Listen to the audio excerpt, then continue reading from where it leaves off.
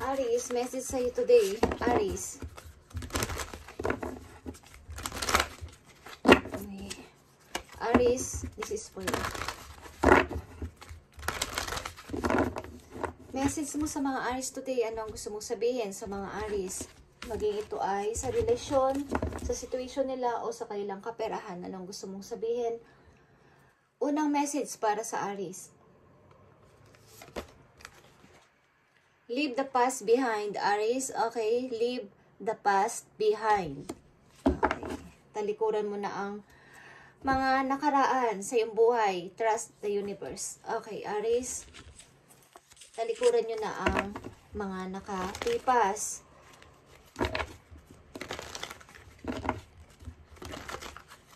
I need 2 message. Maaring yung situation, guys. Napakahalagang mensahe para sa inyo, Aries, today. At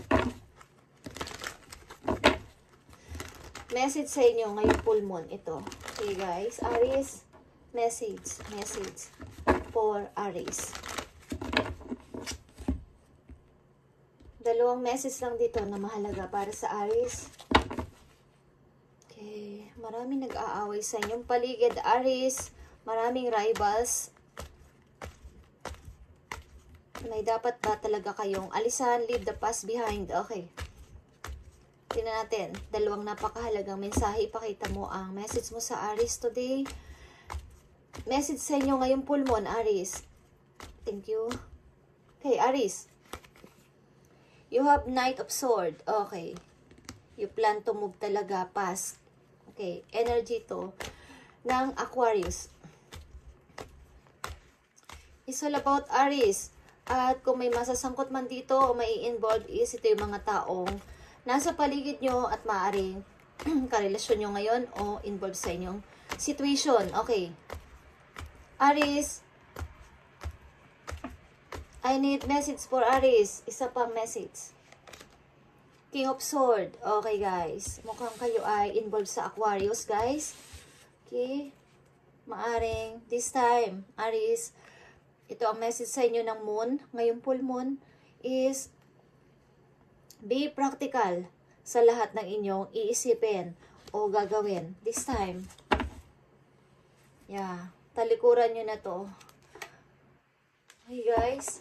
Ang pag-iisip-isip, leave the past behind. Huwag nyo nang isip-isipin pa ang mga nakaraan at i-close nyo na yan, lalo na ngayong full moon. I-close nyo na ng tuluyan ang mga nakaraan, ang mga nagpapahirap sa inyong isip, sa inyong utak. Dapat is maging desidido kayo. Knight of Swords. Desidido kayo sa inyong gagawin decision and action today o this month. Okay, Aries. Message mo sa mga Aries today. Message sa inyo ngayong full moon, Aries. Purity. Okay, Aries, purity is here. Always trust in the purity of your heart, Aries. Look inside your heart and within it you will find the answer to your question. Marami kayong question o marami kayong katanungan sa inyong isipan. Bakit ako nagkakaganito? Bakit ako ganito? Okay. Parang ilan sa inyo, guys, is meron ng ugaling matigas. Matigas ang puso. Okay. Napakahirap ng tumawa, napakahirap ng makipag-usap sa iba. This time, kailangan nyo siguro maging practical na at maging decidido sa inyong gagawin. Leave the past behind. Message sa inyo ng yung angels, guys. Aries, message sa inyo ngayong full moon. Gawin nyo na itong seryosong desisyon ngayong buwan na to, guys. Kung kayo ay mayroong ididesisyonan, is gawin nyo seryoso na at wag nang patumpik-tumpik pa. Gawin nyo na itong diretso ang pagpapasya. Practical. Yung wala muna kayong, hindi nyo muna iisipin yung inyong emosyon, yung inyong feelings, okay? Kung gagawin nyo to is yung desidido na kayo talaga. Bagamat kayo ay may purity na heart, guys, maaring kayo ay merong nararamdaman ngayon na pagkamatigas sa ibang tao. Okay? Tingnan natin ang message for Aries. Bakit ganito inyong nararamdaman? Okay, Aries, leave the past behind. Message sa inyo ng iyong angel, Aries. Helper of emotion, guys. Romance blooms and you find yourself falling in love. Gifts of flowers, love letters, and poems read aloud are all in your future. Marriage, proposal, wedding, and the past life connection are possible. This time, okay, someone new who is romantic, dreamy, and emotional may enter your life. This person could be an artist who's an idealist about love. Okay, maybe meron kayong makikilalang person na maaaring magbibigay sa inyo ng inspiration sa mga susunod pang mga buwan at araw, guys. Mga araw at buwan is kapag ito ay inyong tinalikuran ng mas mabilis pa ang nakaraan ninyo is may papasok na bagong tao na romantiko sa inyong buhay na maaaring magpo-propose agad sa inyo ng kasal, okay? Magbibigay ng mga gifts and flowers. Okay, ang tao na to is artistic maybe. And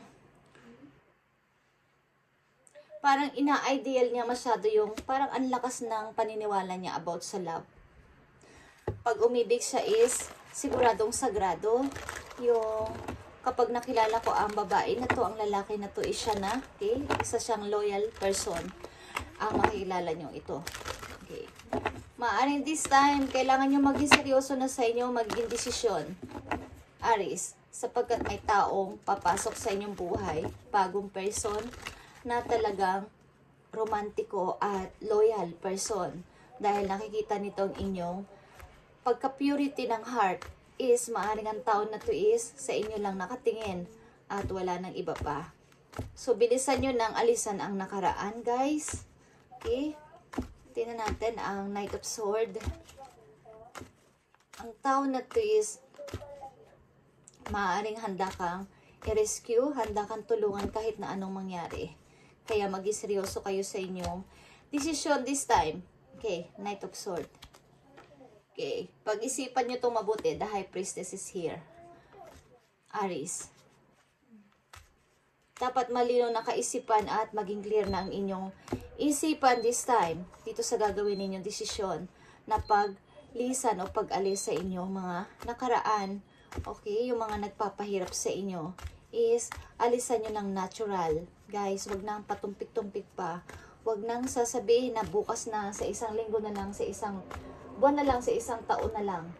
Is kahit ano pa yan, is pag-aralan nyo mabuti. At humingi kayo ng guide sa taas kung paano nyo to lilisanin, paano nyo to aalisan ng maayos lang.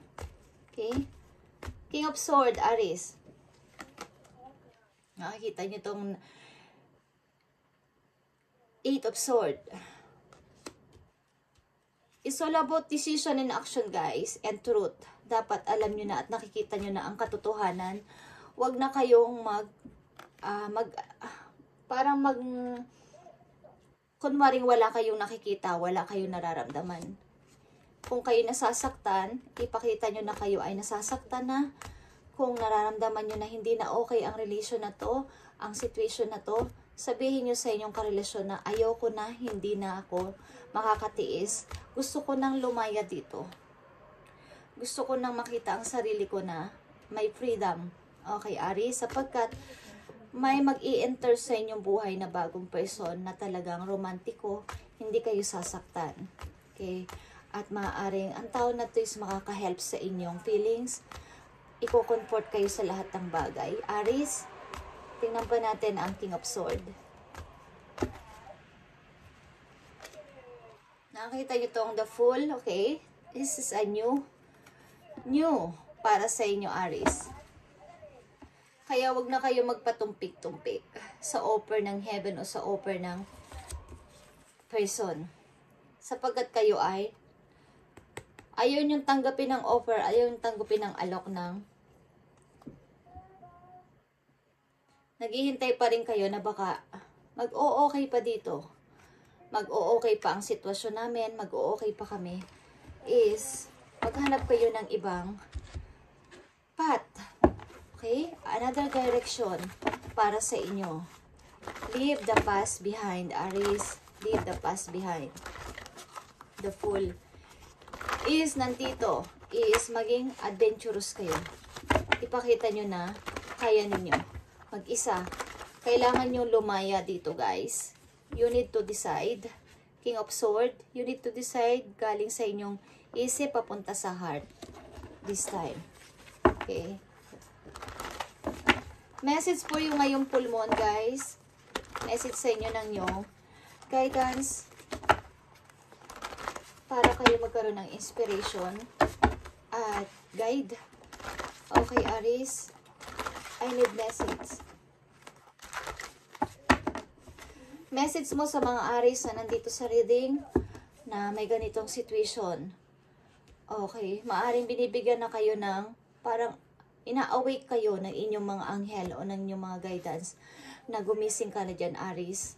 Alisan mo na ang situation na to sapagkat may papasok na bagong tao sa buhay ninyo kung pag-ibig ang hinahanap ninyo. Okay, may bagong person na romantiko at hindi kayo sasaktan. Okay, guys.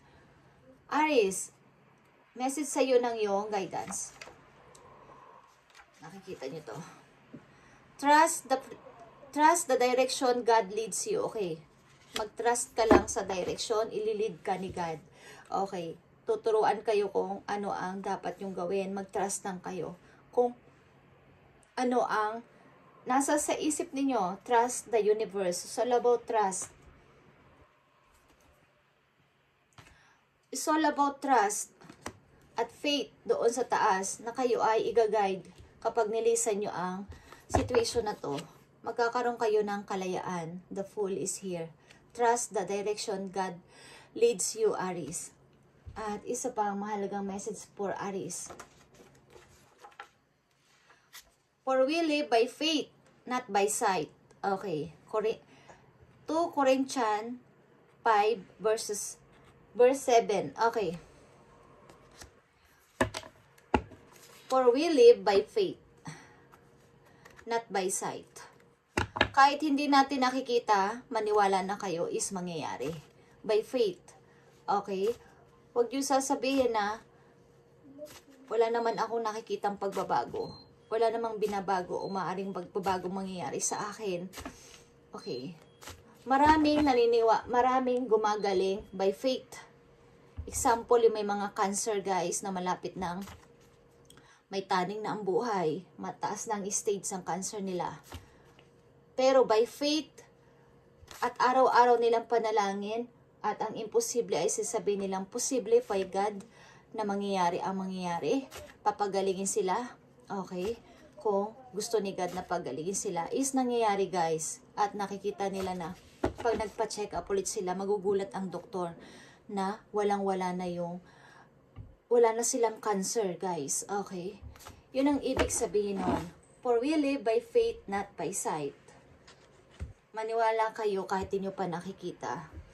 Sapagkat maraming gumagaling at maraming napapabago ang buhay by faith, guys. Sa tiwala, sa trust. Okay? Doon sa taas, kay God. Maraming nababago. So, ang message sa inyo ngayong full moon, guys, sa ilang Aries na nandito sa reading, leave the past behind. Huwag nyo panatilihin ang inyong sarili dito, guys, na kayo ay naka-stuck sa situation, na kayo ay walang magawa. Minamanipulate, inaalila, pinapaniwala sa kasinungalingan na, Aries, hindi mo kaya. Aries, wala kang kayang gawin. Wala kang kayang gawin, di mo kaya mag-isa na wala ako. Hindi yan totoo, guys. Hindi yan totoo. Okay. Ang lakas dito ng sword, guys. It's all about truth. Makita nyo ang katotohanan. Gumawa kayo ng aksyon at decision. Okay. To ay truth, decision, and action. Okay, guys. Ito ang message for you, Aries, ngayon. Full moon. Message sa iyo ng moon. Okay. Trust the direction God leads you, Aries. And by faith, maniwala kayo. Not by sight. Okay. At kayo ay may pagbabagong mangyayari. Magkakaroon kayo ng freedom. At kagandahan ng buhay. Okay, Aries, thank you and God bless sa inyo lahat, guys. At